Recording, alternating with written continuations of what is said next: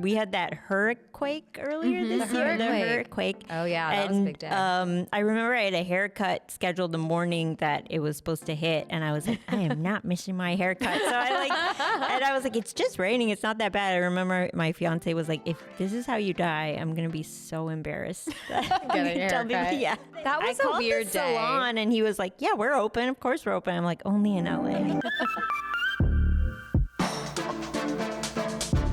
Hello and welcome back to the Overheard podcast. I'm Emily, editor at OverheardLA and a Taurus.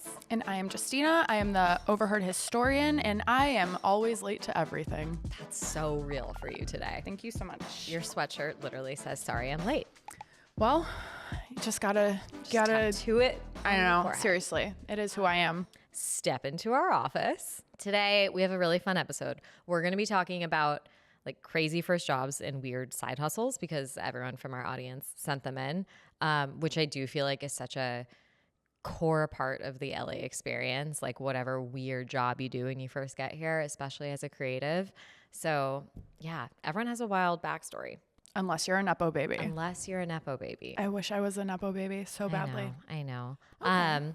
And then, yeah, we have a really, really fun guest coming. So, I mean, first of all, what was your, like, I know you worked at Best Buy, but what was your like weirdest first job when you were starting out? When I was starting life, when I was starting adulthood. First of all, I look like I work at Best Buy right now with this shirt on. It's bringing me back. Are you in the Geek Squad? I am. Wait, I love the Geek Squad. I wish I was in the Geek Squad. You would be the hottest one in the Geek Squad. There were some hot women that worked in the Geek Squad, and I feel like it was always like the boys, but it's like the girls were hot. Yeah, if you can mount a TV, that's so fucking hot. Is that what the Geek Squad does? I feel like in my brain they're like, yeah. I think that was like a different department, but gotcha. That's why we don't have a fact checker. Okay, so tell me about your job. First job. I mean, I've been like a hustler since I was born, so I feel like I've had like a lot of jobs. I was like nannying, like I feel like very young, like too young for like, I don't think that's like legal any longer. How long like I've been babysitting child and like labor? No, it's not. Well, not even child labor, but I'm like, I don't know if children should be taking care of children, but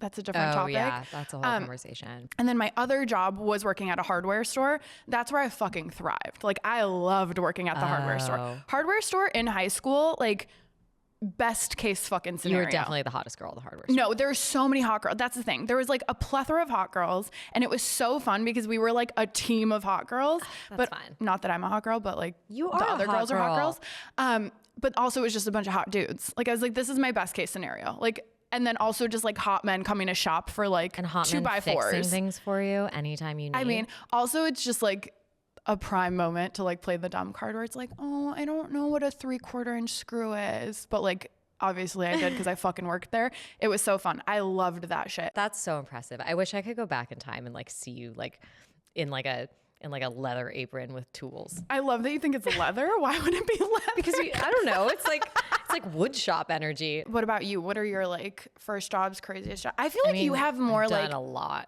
I feel like you have more like LA jobs than I do. Like yeah, I've only had like one career here before this career. That was like a weird different I've scenario. lived 8 lives. Yeah, you were like the proper LA. I did all the most random shit when I got here. I was doing like commercial acting, and then I did background acting, which is a funny one because as you've seen, every now and then you can be watching a show and you'll just be like, the fuck is Emily doing back there? To the audience, I was watching Dear White People recently, Dear White People. And it was like I was watching the pilot episode again, and I'm just, watching my like cutie little Netflix, and I look up and I'm like, that is Emily. That is our editor at Overheard, and she is in the show. No, but that's what happens. Like every now and then I'll get a screenshot from somebody random. They're like, is this you? Have I told you the Emmy party catering story? No. This is like the most LA thing I ever did. This is so embarrassing. Wait, have I not told you? I genuinely love this story so much. This is years ago, like one of my first years in LA. Me and a friend of mine, we were both unemployed at the same time. This girl that we knew who had been in my sorority, who like ran in celebrity circles, sent out this big group text that they were looking for tray passers to work an Emmys party. Like they were looking for servers. I love that. Exactly. So me and my friend who were unemployed at the time were like, $200 to go pass trays at an Emmys party? Like, fuck yeah, sign us up. It's like, so we like signed up. We're getting ready. Have you ever done tray passing? No, but it doesn't require that much skill. I love LA. Like nobody's like no barrier. Like here. it's like everybody's just like doing it. Tray like that's passing. amazing. And so we're like, what are you wearing? Am I going to be like passing a pig in a blanket to Reese Witherspoon? Like thinking about just like how my night is going to go. It's like my like first year in LA. I'm so excited. So we get there and we go downtown to this like really fancy, it's like one of those like warehouses downtown that is so unassuming and then starts to feel very sampy. There's tons of staff showing up. And so we're like, wow, this is going to be like big. And we're in like all black. So first they like have us sign in and they give us all these like lime green bow ties to put on. And I'm like, and I was like, green for the Emmys? Okay. Yeah. And I was like, okay, like, so they're going to dress me like a clown, but like, that's all right. Whatever it takes to like meet my heroes. Kids start pouring in, like children. And there's like multiple. And at first I was like, oh, that must be like a celebrity's kid. And then it's like, nope, that's another child. And more children and more children. And we're standing outside and I'm like, why are there so many kids? And we're really starting to look around and be like, what is going on? And then we basically get pulled inside. We hadn't seen the venue yet. And we're like seeing all these like tables lined up and we see like a DJ stand. And then it's like, that's a dance floor.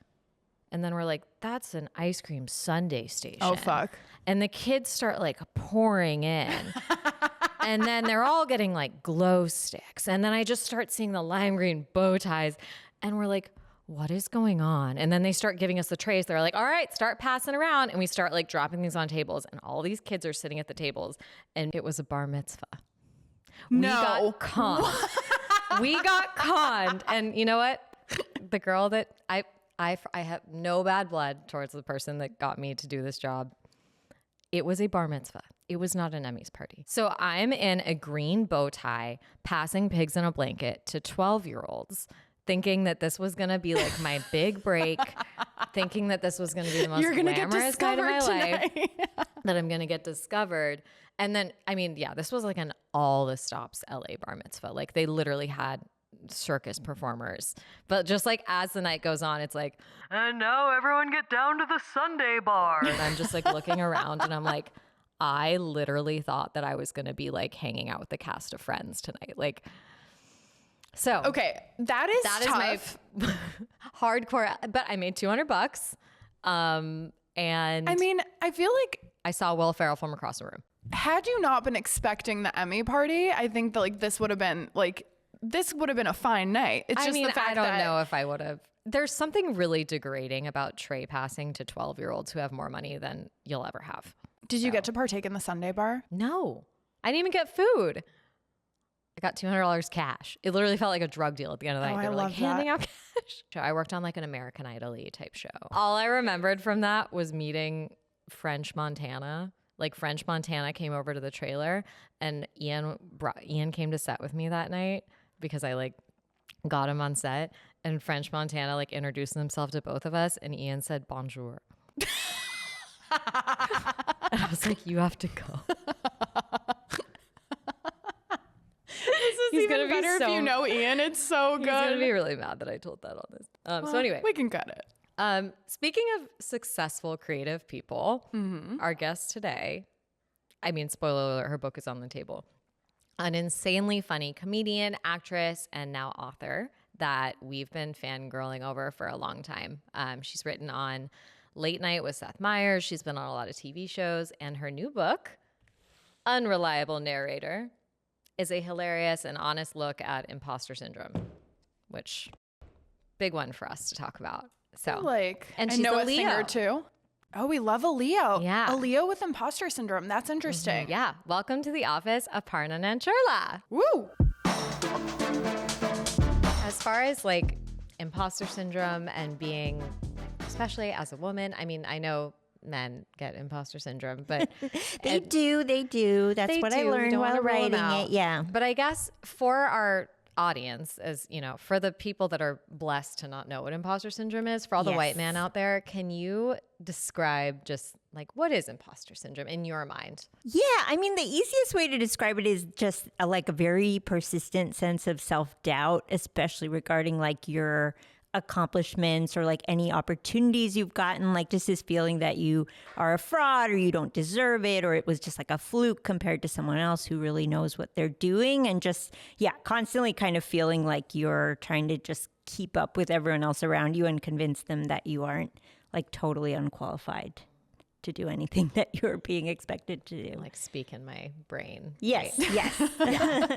Because it really is such a persistent, and it's weird. And you talk about this in your book, but it's almost like the more success you get, which logically you would think that you would start to be like, okay, I'm doing this now and I deserve it. The more you feel that sense of I'm a fraud. Yeah. Yeah. And one thing I learned in writing it was that real imposters like don't feel like that's the thing that kind of distinguishes them. Like they never have that feeling of like, I don't know if this is anything I'm doing is like gonna measure up, but they're just like very into their own, brand. That is really interesting. Like who's like a real George I know. Santos? I'm trying to think. Like, I mean, like, do real I think a lot of CEOs probably. Yeah, or like people that are like conning. Yes. Like they don't have imposter syndrome. Well, That's everyone not fair. says like even people at the highest levels of like government or like whatever field, like they aren't necessarily any smarter than like the next person. I think sometimes it is just sheer confidence. There's something about it that people are just like, yeah, okay, sure. Like you seem like you know what's going on, because I think the rest of us are like, we don't even deserve to be here. Which is very much I think with LA, like especially LA, but the more time we've been here, like the more time you work here, like you start to realize that does anyone really know what they're doing? Right. Like, do you think anyone really knows what they're doing in LA, or is everyone just going through the motions pretending they know what they're doing and everyone else just kind of believes it as this collective? I don't know. That's how I feel sometimes. So I think there's a lot of cult of personality and also just fake it till you make it. And I think also, everyone is an actor. Like a lot of people are actually actors. So then it is like pretending is the job. That's also very so true. real. I'm just going to put actor on my resume. Just be like, I'm just pretending, guys. We're all imposters in one way or another. What was it like setting out to write a book? Like, I mean, I know that's a loaded question in general, but especially with this, the imposter syndrome feeling of it, and writing a book, ironically, where you're kind of speaking as the authority on a thing that is at the same time attacking you, telling you you're not the authority on this thing. Like, what was that process? Yeah, like? I mean, in retrospect, I'm like, not my best idea for a project. I mean, just in terms of like level of difficulty, because everyone's like, yeah, writing a book is really hard, probably the hardest thing they've ever done. And I was like, okay, great, it's going to be hard. I'm ready for that. But then it's like writing a book about self-doubt, like, is just, I think, a meta level of difficulty where the whole time you're just like, who am I to write a book about this? Like, it's like a Russian doll of like mindfuckery to be like. Because you're like, I should be channeling this voice to actually write the book, but it's actually not as great a collaborator as I envisioned. It doesn't seem to care about finishing this as much as I do. So just a lot of like kind of navel-gazing anxiety spirals were involved, but I think it did make me learn a lot more about, sort of the origins of my self-doubt and kind of the way it shows up for me, and kind of how I have learned to work with it and make it kind of, because I realize mine, I don't think is ever going to fully go away, and who knows if anyone's ever does. But I think I just, in writing the book, kind of learned to make a measure of peace with it. Do you feel like you learned a lot about yourself? Like, do you feel like you learned things that maybe you like didn't know or didn't expect to learn as you were like in the writing process? Yeah, I mean, I think I learned just a lot of, I don't know. Sometimes I think when I read other people's memoirs, I'm like, they have such a good memory. They like remember what color their backpack was. I think about that too. Whenever I'm like, I don't remember what I did yesterday. I know. And so I did realize that like, if you are really like steeping in your own past, like stuff does come back to you that maybe you don't remember off the tip of your, memory. But I think a lot of it was just these reoccurring themes that I think we like to imagine we're kind of on this linear path, but then I'm like, oh yeah, this is a thing I still struggle with now that seemed to first show up when I was 7, whether it's like body image or like perfectionism. It does feel like we're kind of reenacting the same growth cycles over and over again. It's cool with a book too, because things you talk about on stage, which like you do talk about mental health and stuff on stage. And obviously that has a huge impact on somebody hearing it who might be like, oh, that's normalizing this, or I'm hearing this. And of course you're only speaking to as much of that room that you're seeing, which is like, but with a book, it's like, you have no idea who this is going to reach that might read this and be like, oh, wow, I feel this way. Oh, this is how I feel. And that's like a really cool thing to think about with a book too, is just how far I know. It's kind of hard for me to fathom because like as a stand-up, I am used to that immediate feedback and kind of knowing like how a performance went over. And like with the book, I think it's a lot more like, okay, I guess I just like Amazon reviews. Yeah, I'm like, I'm never gonna go on Amazon and check the reviews. So I'm like, that sounds like the worst. I would never. Lots of people have told us like, don't read comments. Like, don't and I know some people can't help themselves, but I know that it would like destroy me. So I'm just like, I'll just imagine in my head that for what it's worth, they're good because we both pulled up the audiobook. So just so you know, the reviews are all good. Oh, that's nice. That's good to know. I loved listening to the book, and there were so many parts where it was just like playing in my house throughout the day, and I was like, yeah, like I felt like I was talking back to you. Like I was like, oh, this is my friend, and we're just chatting about our imposter syndrome. What was that process like? Was it fun for you? It sounds very stressful to me. Like I think as someone who does like a lot of voiceover work, I was like, okay, audiobook, this is going to be a breeze, but it's so different because it's like you're reading this book. It's much more extended periods of reading. You're doing like, 3 or 4 hours because you have to get it done in a few days. And then you're with like a director and a sound engineer, and they were both lovely, but I had never met them before. And it is just like very vulnerable, like reading these like personal essays in essentially just like a dark cave. And then you can't occasionally hide behind you characters can't hide. either. Like it's you. And then occasionally one of them will be like, can you, you stumbled on the word, ashamed. Can you say that again? And you'd be like, okay, great. This feels really good. What is because you talk about also a lot about like being an introvert, which another thing where I'm like, yes, feel you, relate.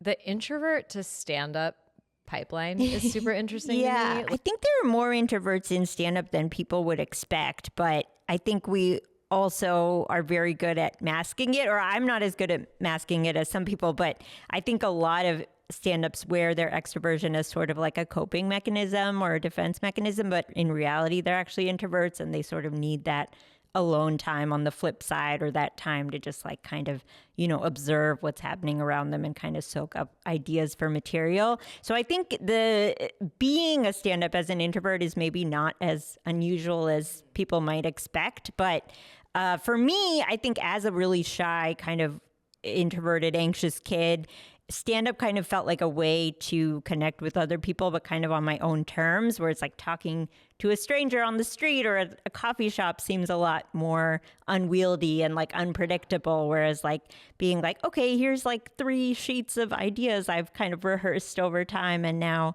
you have to like pay to hear me say them. Like that feels more my speed. Yeah. Because I started stand-up in DC and then I moved to LA with a stand-up I was dating at the time. That's a classic reason you moved to LA for a guy. No, but I think we were kind of, I was like New York or LA, and he was like all in on LA. So I was like, okay, fine, let's try LA. And yeah, when I first came out here, I really like didn't know, like I knew nothing about how to like quote unquote make it, because it was kind of pre social media boom in the same way. I think it was like YouTube had just been, hitting its stride for past few years, and Facebook was not that old. And yeah, so I think early on for me, top 8. Yeah, hopefully your top 8 that guy MySpace. was in your top 8, right? If you moved cross country for him, okay. Yeah, he was. Yeah, I think at least 8 slot. You better have been in his top 12 at least. But yeah, I think there was something about LA where it's still that mythos or mythology around it, where you are like, I'll just show up and then someone's going to be like, I'm going to make you a star. You know, like there was no real known path. When you first moved here, like do you have any like funny, crazy, like what were your like first jobs? My first jobs here, like I was a temp at NBC Universal for a while, and that was fun.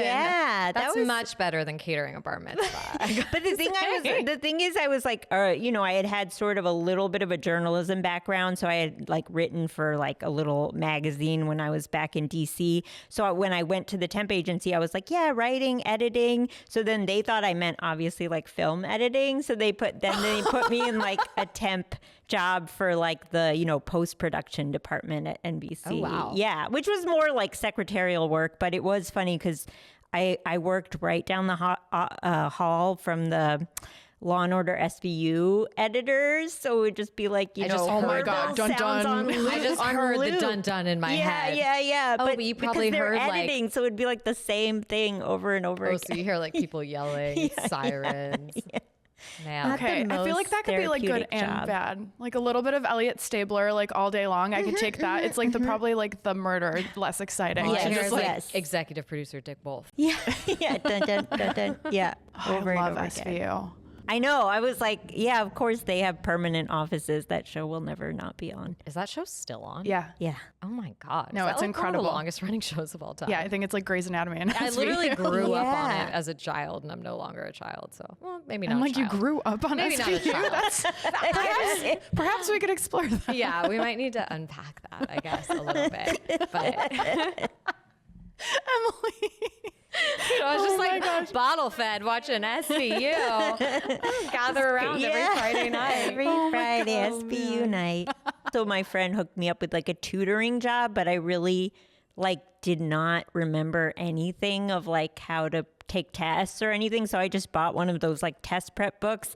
And then I felt like when I went to tutor, we were both like trying to figure it out at the same time. You're like, we're Where I was learning like, yeah, together. that seems right, but maybe it's this way. Like I was like, Yeah. oh God, this is truly That's something imposter. that's always actually made me nervous. I think a friend of mine was tutoring in LA. Yeah. She was an actor friend was tutoring, and she was like, Yeah. oh, I can hook you up with like, I know some families. Yeah. And I was like, well, how old are the kids? And she was like, no, like middle school. And I'm like, okay, Middle so school like, Yeah, they were all middle so school. I was like, so like algebra? Like I genuinely, like, Yeah. my worst fear was that like a sixth grader hands me their homework, totally. and I'm like, I don't know. Like, Yeah.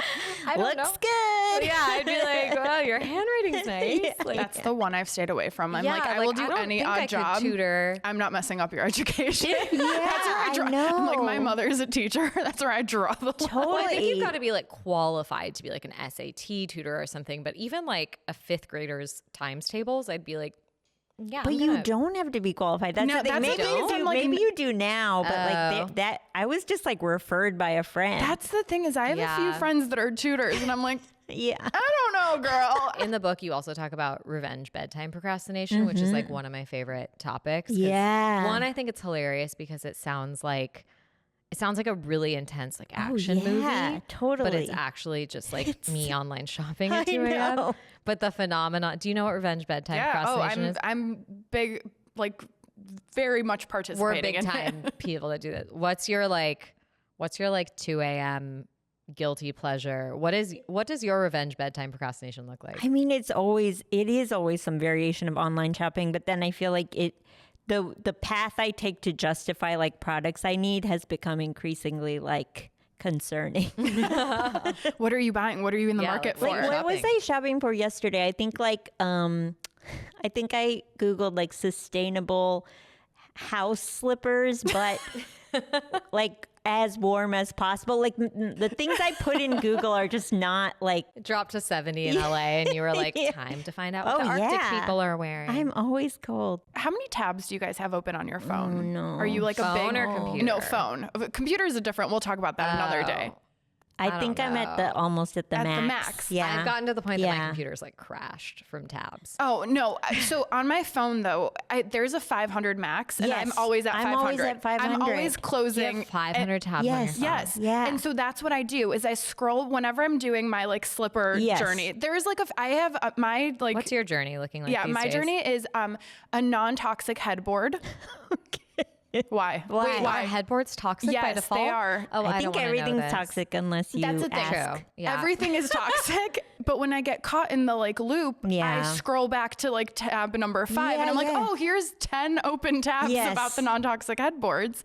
And I'm like, this is sick. Like know. I'm like currently using a toxic headboard and continuing to do so because I'm also in like a decision paralysis on the non-toxic Well, the one. decision paralysis is real. Like I suffer from decision paralysis, Yes. which I think is kind of like rolled into the bigger onion of anxiety and everything. Yeah. It's just like because it's this, or a therapist once described it to me as like, yeah, it's because like you don't trust yourself. It's Right. It's almost like another self-doubt. It's not about the slippers. It's never about the slippers. That's the problem. It's never about the slippers. And then you do get a little tracking link that you can follow to your house, which is also like a really, really great hit of dopamine.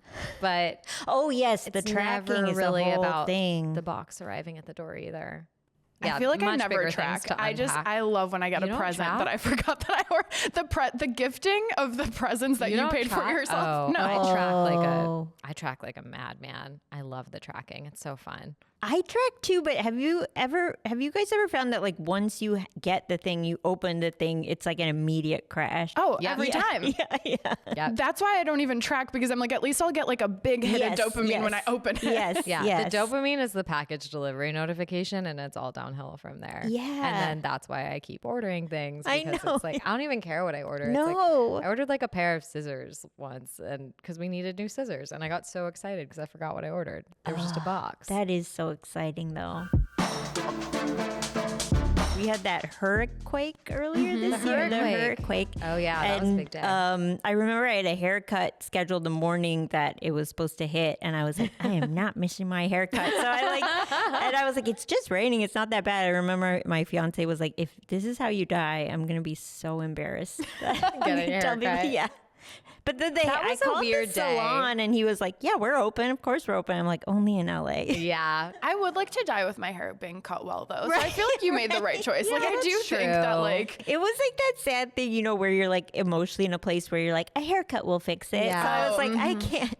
we asked our audience, as we do, to tell us some of their most ridiculous and unique like first LA jobs, and like wow, I they know. really- I cannot wait. They 'cause run the I- gamut. Yeah. I'm kind of considering a career change. Like, there's jobs in here that I didn't even know existed. Like, I think nothing's off the table if any of us want to find a career Okay.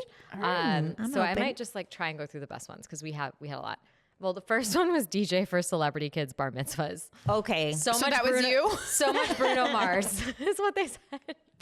I don't know. Oh That's, yeah, I could see that. We actually had a no Bruno Mars rule at our wedding. oh, really? None at all. Like Yeah, a full. I said You no guys Bruno Mars. anti-Bruno?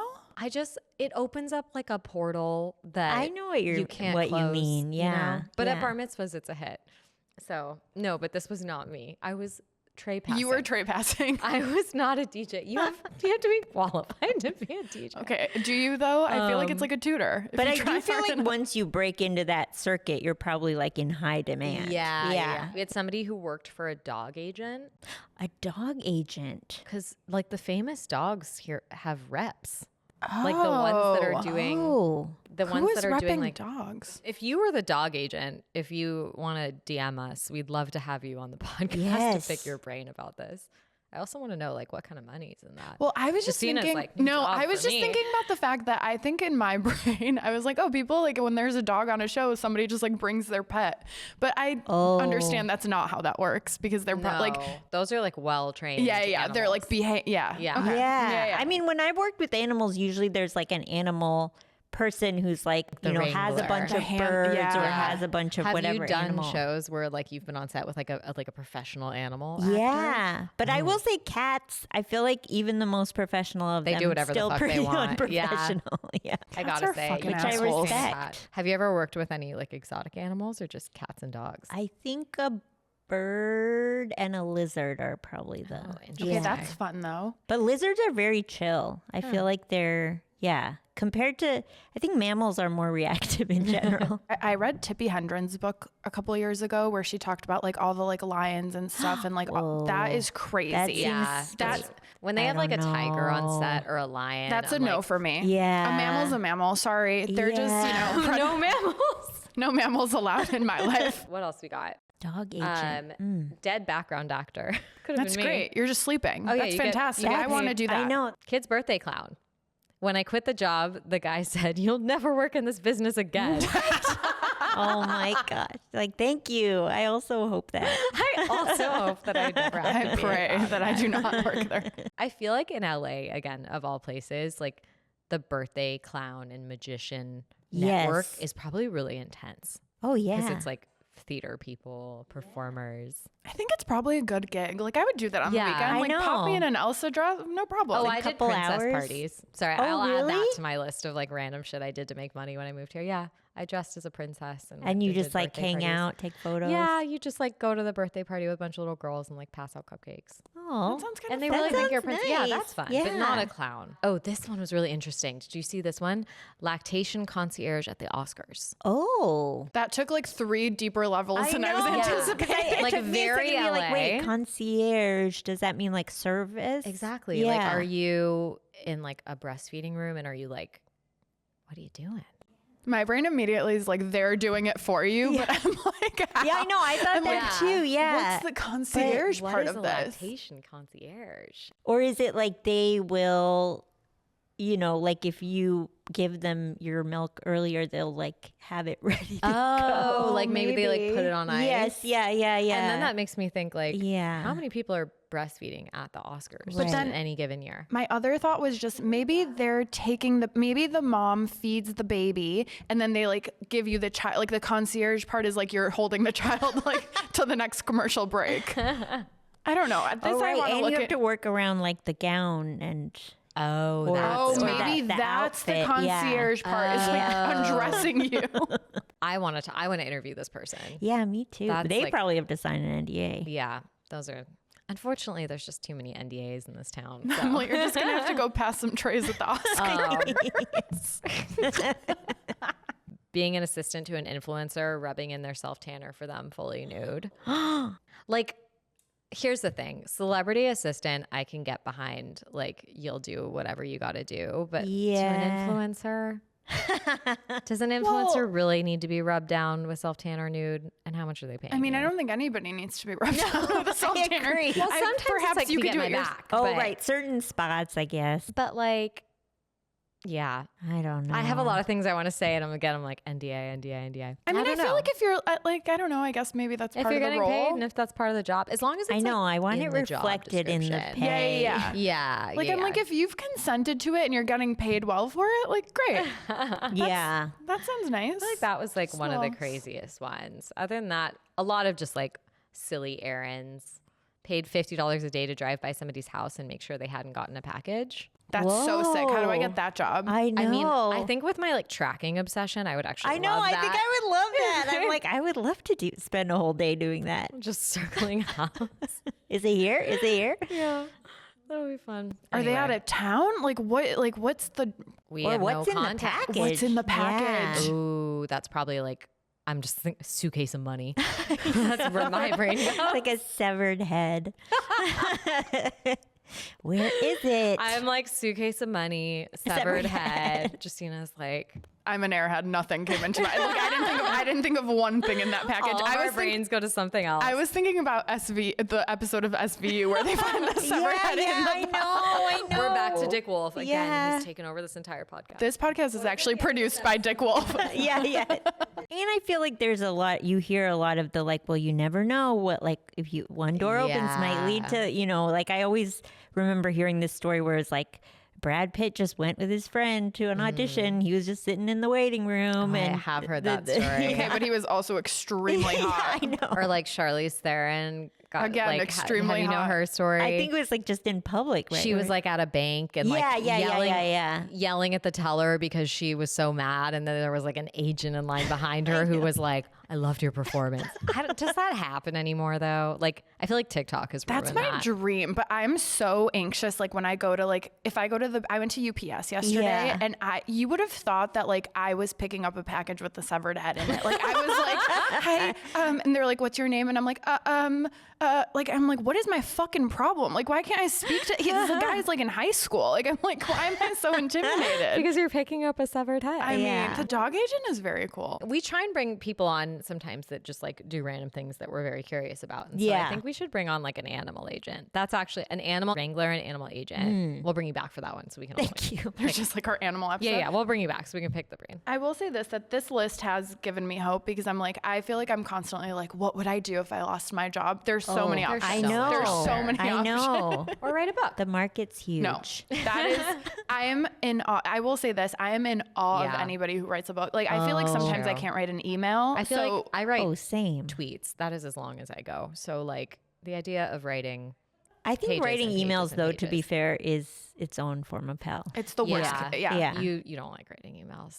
I was proud of myself a couple of years ago when I don't know if you guys read this article or wherever it was, where it was like remove the word just, because everywhere we were doing like just like qualifying language, you know, like just checking it, just whatever. Yeah. So now anytime I'm like, I cut the justs, Just 9 exclamation points at the end of that. Men don't write emails like that. No, Men it's don't true. say like, just wanted to see if you're available. Yeah. Like that's such a thing that we are trained to do because we're trained to like be small and kind of apologize for asking for things and like No, the power move in an email is all lowercase, misspellings everywhere you go. Like if you have to decipher the email, that's a CEO. Sometimes I don't, what is the KK? Have you got KK? I don't get the KK. KK's one I feel like I used like in high school, but I don't really use KK. I got back into KK because we had a coworker that was doing a lot of KKs, and so that like revamped it for me. So I'm a KK girly. Or when somebody just throws in an X and it's like, oh, you're British. Oh, yeah. Somebody's like, can't wait to see you, X. I'm like, ooh, international. I do X. I like X. I love it too. I feel like it's like, I know. And it's so concise. Exactly. Yeah. It just like looks nice. Yes. And sometimes it's just like, I studied abroad, you know? It's Totally. like, Very X. European. Kiss, We like to always ask some of these fun questions because everyone's got a really interesting perspective on them. What is something that you think is underrated in LA? Yeah. And what is something that you think is overrated in LA or about LA? Yeah, underrated I was actually going to say, or overrated I was going to say. And I am a dog person, but I was going to say dog culture as compared to cat culture as someone who also has cats, where I just feel like they don't get quite the amount of shine here. They don't. And I don't know if it's because dogs are more out and about and, you know, this is a town about being seen. Let's talk about this. Cats are great. I agree. And Yeah. I'm a lifelong dog person, but adopted cats during the pandemic. And now I equally love both. How many cats do you have? 2 sisters. I have one cat, and I had like a vivid dream the other night About that I got a kitten. Oh. I like named the kitten, everything, and I woke up and I was like, I need another cat. So that was underrated. Underrated. Cat culture. What about overrated? Overrated. dogs. Overrated, I think, and this is maybe a weird one because I haven't actually been to a gym in a long time, but looking good at the gym, I don't feel like you need to look good, but I feel like here everyone looks That's great real. at People the like gym. put on makeup to go to the gym. Yeah. And it's like, Why? you're there to work out. I know. I don't get it. I don't like that about gym culture. I agree with you there. Yeah. I'm like, give me a shitty like t-shirt from high school. Like that's what I'm Totally. working out That's in. what I'm those are not for. Exactly. Yeah. I think it's like the rise of like fitfluencer. Yes, I think that's culture. what like it people is. in the matching Yeah. sets and like their hair looks good and they're wearing like jewelry and I'm like, you're at Or the like gym. multiple sneakers, but I'm like, I have one pair that I like wear out, Yeah. and then I replace it. I'm trying to do my YouTube kickboxing as cardio clown and nothing else. I know So- that's why I like keep it private now. I'm like, whatever happens in workouts is between me and God. Yeah. That's so real. If you could like Freaky Friday with anybody. Oh, it's a Friday. So It is an actual. it is a Friday. So if this was a Freaky Friday and you could Freaky Friday with anyone, man. who would it be? It like LA specific or really No, anywhere? it could be anyone. or even a type of person. I mean, I guess going Or an along with our animal. theme, like maybe a celebrity dog. Oh, a Celebrity celebrity dog's a dog is a good good one. one. You guys both Right? have good ones. Emily, Who's yours, my Freaky Friday? Prince Harry. Oh, I did say Prince Harry. Oh, really? Well, 'cause that sounds stressful. because I get to leave. Oh, right. Okay. I it's was temporary. like, what It's I want to temporary. do is yeah. I want to Freaky Friday with Prince Harry for the day, or I guess, well, maybe not right now because he's not in the palace, but Yeah. or maybe I'd Freaky Friday with Kate. I want to see like inside tea Yes. of what it is like to be royal for a day. I yeah. was just thinking about Freaky Friday as Prince Charles or King Charles, whatever the fuck his name is. Charles is dead. Oh wait, no, he's not. Oh my God. Philip is dead. Emily has now killed the king. Yeah. I guess I just would want to be at an event where other celebrities are, where they're not gonna be worried a dog is listening to them. So then they would Yeah. say all kinds of stuff. That's a true. really good idea. Also, just brings down the pressure. Like I'm like, I don't have to talk back to them. They'll just pet me. Exactly. The Like, that's majority of nice. your job Yeah. is sleep Yeah. and just get fawned over and get paparazzi. That's a great one. Oh, that's a really good one. What's your Freaky Friday? My immediate thought is Oprah. Oh, I would that is love a to great like. one. I just feel like Oprah lives such a great life. In I just imagine Montecito. it's the Montecito. Wake up, feed those it's- chickens. I yeah. know. Yeah. I want to know what's up with Stedman. I feel like I've always Oh, had questions yes. about Stedman. She's like hiking with Gail. I want to be Oprah for a Yeah, day. that's true. Especially like her like group chats. Like, what do you think those are like? She's just like Just all- like Meghan Markle. I like, feel like Oprah to me is also just like she just like exists in the world. Like she's like texting Meghan Markle. She's like She's like the Hi- air and that's. the I water. mean, she's just like Oprah's like everything.